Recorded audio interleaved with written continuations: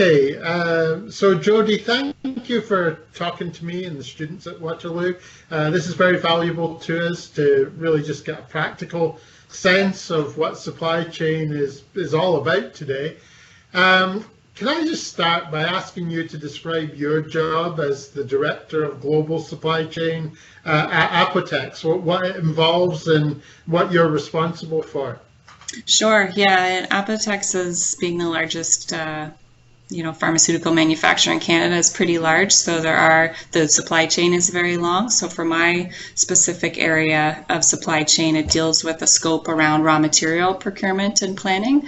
So it's very specific to that. But within my role, one of my key responsibilities is integrated business planning. So obviously, we want to achieve a seamless end-to-end supply chain planning. So I lead an IBP Supply review that makes sure that whatever the raw material supply situation is, that information cascades to the finished goods side of the business so that we're working together to manage change as well as we can. I'm sure you can imagine there's a lot of raw material supply changes that happen and have an upstream impact, and then vice versa, or downstream impact, excuse me. So that, and then analytics and systems and data management is all a key part of that as well. Absolutely.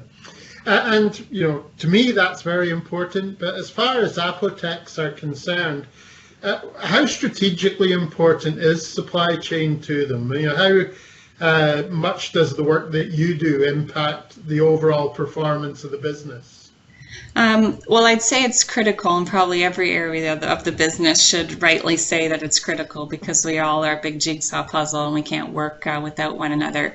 But really, the ultimate goal is delivery of quality products and service to the patient, and that's what all of what supply chain is about: is getting the materials in that we need to make the product, to get it out the door, in the right quality and at the right time. So it's a complex system, and so our job is to manage that chain so that they don't feel the impacts of all the disruptions we deal with. Okay, and as you do your work, what is especially important performance-wise? What are the goals that you're focused on as you manage the global supply chain? Right. So some of the key metrics that we look at, we try and keep them as simple as possible. Some of the key ones come down to delivery timing. So are the deliveries of raw materials coming in on time and full? How are we performing with respect to our target inventory levels? We set those based on the demand levels. What's the demand variance, as well as another one that we keep in touch with our finished goods partners. And then also quality of goods, to make sure that the output, what we're receiving as well as what we're putting out, is achieving consistently the quality that we need to be able to rely on that service. Okay, and also, as you're managing the supply chain, what are the challenges that you see today? What are the main things that cause you to stay awake at night, I guess? Oh, well, there's always internal and external challenges. We're a global company, so we procure from all over the world. India and China are standard regions where many raw materials are manufactured, so a lot of our supply will come from those regions. There's changing environments within those countries. For example, within China, a lot of environmental regulations coming into place. All good, it just changes the way manufacturing there operates. So those activities have an impact on us. Regulatory requirements similarly change. When you know better, you do better, and sometimes the regulators will have a wider insight to all of the manufacturing activity and specifications, etc. So they might come up with a requirement based on some of those trends that hasn't been there in the past, and then we have to service that. So there'll be activities that we have to manage around that.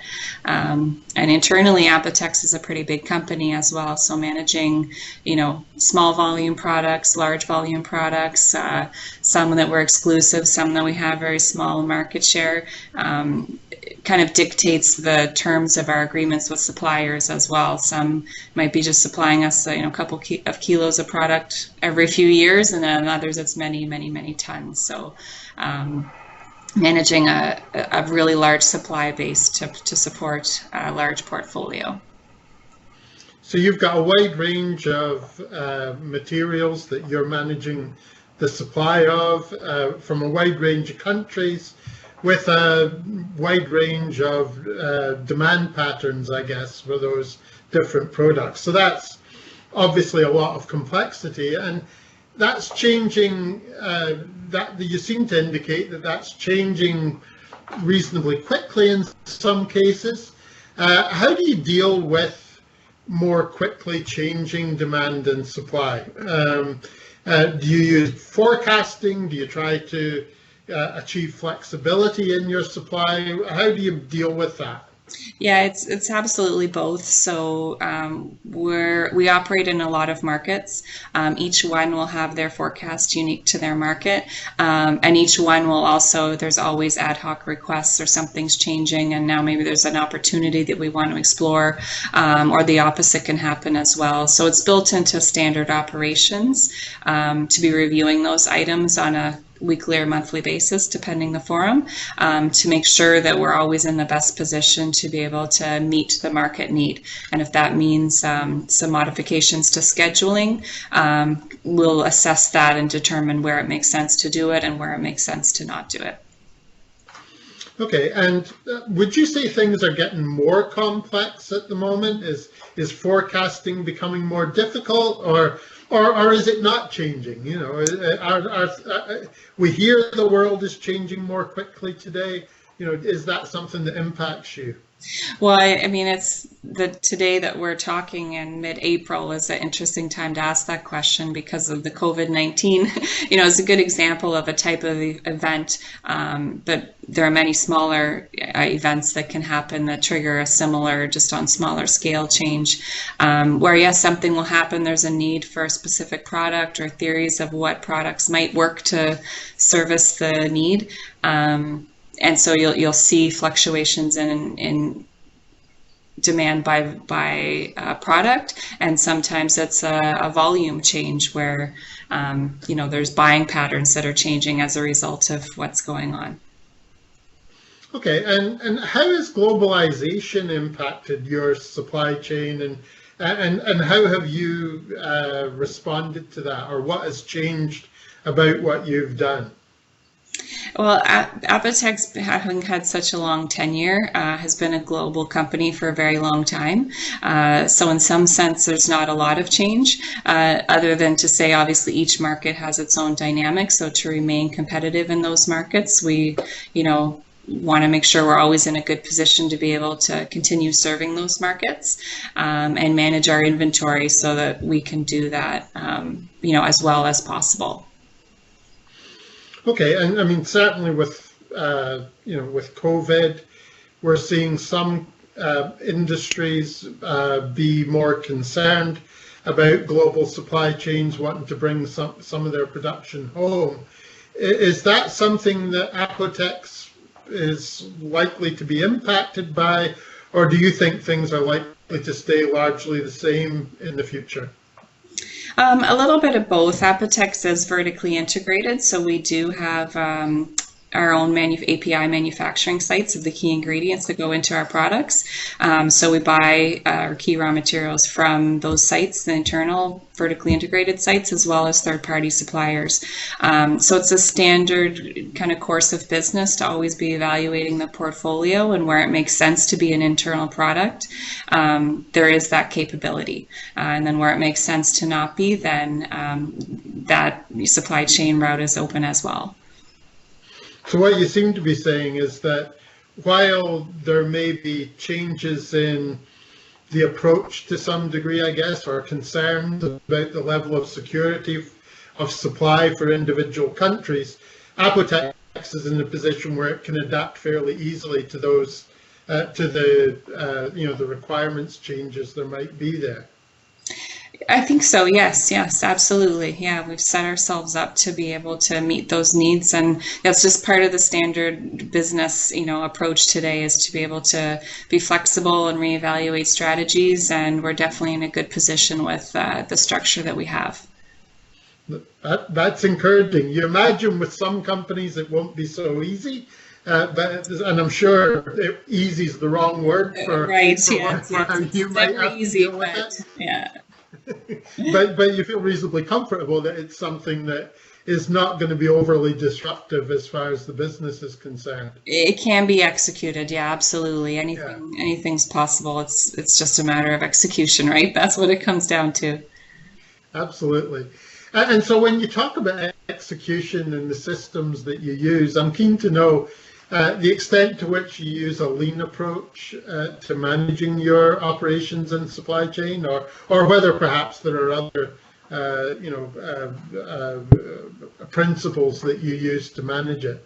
Right. Yeah, and it's a separate, there is a lean management and an OPEX function for continuous improvement throughout the organization. We have a huge portfolio, so obviously the tendency is to focus on products where you can have the maximum impact. So for example, at our API manufacturing sites, they might pick one or two products a year. Well, they'll take a look specifically at the operations, performance, process, and systems around those products and see what improvements can be made. Some changes for that type of improvement require regulatory approval and might have a longer time frame before it can actually be impacted in terms of product to the market, and then some changes are more simple and don't require that type of approval.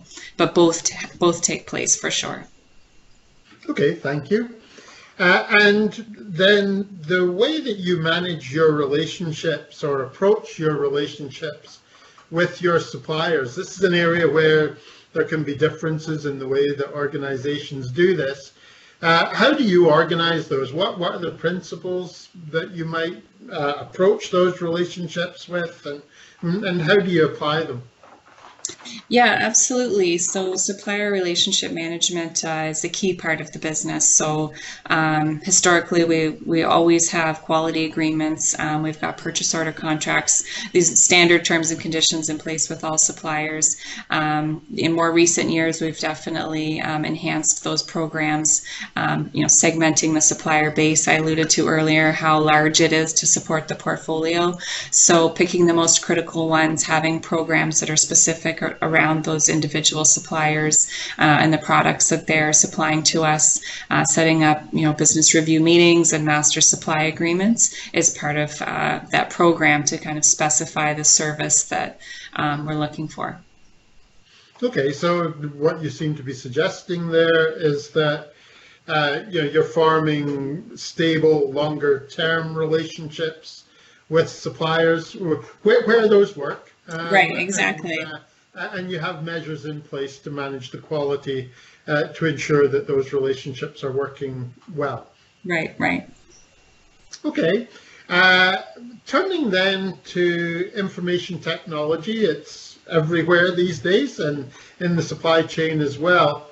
How is it being used today in your supply chain, and do you see more technology or changes in the way technology is used in the supply chain in the future? Yeah, good question. I mean, the information technology is inherent to pervasive throughout, right? Whether it's you're dealing with material requirements planning system or a quality management system, warehouse and operations and manufacturing obviously rely on that. So it's pervasive throughout our history. I'd say maybe one of the bigger changes is more of an interest in kind of predictive analytics and maybe finding out how we can use our data that we've been collecting all these years for more predictive type of reporting. And that's part of the organization's kind of forward-looking plan, is to see how we can explore that more. Okay, that's interesting. And as part of that, presumably what you're describing is how you might digitally transform. Well, that's something which a lot of organizations have talked about, are looking at, have moved in a small way in most organizations towards, but presumably what you've described, more use of your data, is the focus you've got at the moment as far as that's concerned. Yes, that's right. Yeah, that's right. Okay. Thank you. My next question is around innovation. A lot of organizations are especially interested in that today to do things better and improve their operational performance. Is innovation, I assume it's important to Apotex, and if so, what do they do to try to make it happen? Oh, interesting question. We could probably talk for a long time on that. But yeah, I guess to sum it up, innovation is critical in the business, whether it's, from product selection, product development, R&D, takes a long time, right through to supply chain planning. Our job is to anticipate what patients will need and how best we can deliver to them. So innovation through all those activities is essential. We want to have the right product at the right quality, in the right place, at the right time, at the right cost. So innovation to make sure we can achieve that to that standard is critical. And same for operational excellence. We recognize that to remain competitive, we need to be dynamic in all of those parameters. We need to kind of keep up or be able to stay ahead of the curve. And has there been, would you say there's been more emphasis on that over the last few years than there might have been before that? Yeah, that could be true. I think, yeah, across manufacturing. I mean, I'm in pharmaceutical, obviously, but many other industries as well. Global marketplace, very competitive. So if, to deliver a product at a decreasing price, you need to find efficiencies, and operational excellence and innovation are critical to achieving that. Yeah, I think you're right that it has become more prevalent in recent years. Yeah, what I'm keen to understand to a degree is the extent to which the role of managing supply chain and operations is now more focused on, changing towards the future. It's still important to have today's operations working effectively and as well as they can, but also, having another part of your focus on continuously improving and changing what exists today. Yeah, absolutely. Yeah, if you're talking about, changing demand in the marketplace, we need to be able to react quickly. So setting up strategies and programs to, make sure that our processes are more and more efficient only positions us better to be able to handle that dynamic environment. Okay, thank you. And with that in mind, then, my second last question, what skills do you think are especially important for supply chain managers today? An interesting question. Yeah, supply chain managers often wear many, many hats. So maybe the top ones would be, flexibility, I think, to be able to react to the changes that are inevitable. A comprehensive kind of education of basic supply chain principles, what the key drivers are for end-to-end, product and material management. Negotiation and collaboration are among there. We're dealing with people and materials all the time, and you kind of need both of those. Perseverance through challenges, kind of problem-solving skills, kind of necessary to make sure you're solving the challenges of the day. And then, some foundational elements, obviously operations, finance, analytics, kind of a business background are all come in handy in supply chain management today. For me, it's an exciting job because of all these different things you have to be good at and you have to deal with every day. Right. But the final thing I've got really is any words of advice that you would have for students who are thinking about a career in supply chain management today. Right. I think the biggest advice I would have is to make sure that the breadth of study is large because of all of the things that kind of can come at you in supply chain. things that you might not expect when you're first going into a program, things like finance, analytics, case studies being very important. I encourage students to include those in their scope of study because it allows you to bring more skills to real world situations in terms of problem solving and having kind of a comprehensive view of things, which allows you to arrive at a better supply chain decision as opposed to suboptimal ones that have kind of more limited scope. But yeah, it is an exciting area. I agree. You're never bored. Absolutely not. Well, thank you for talking to me today, Jody. This is very helpful for the students. You're giving them a practical feel for what the field involves and what some of them hopefully will be doing in their job in the future. Very good. Well, thanks so much for having me, Peter. I appreciate it.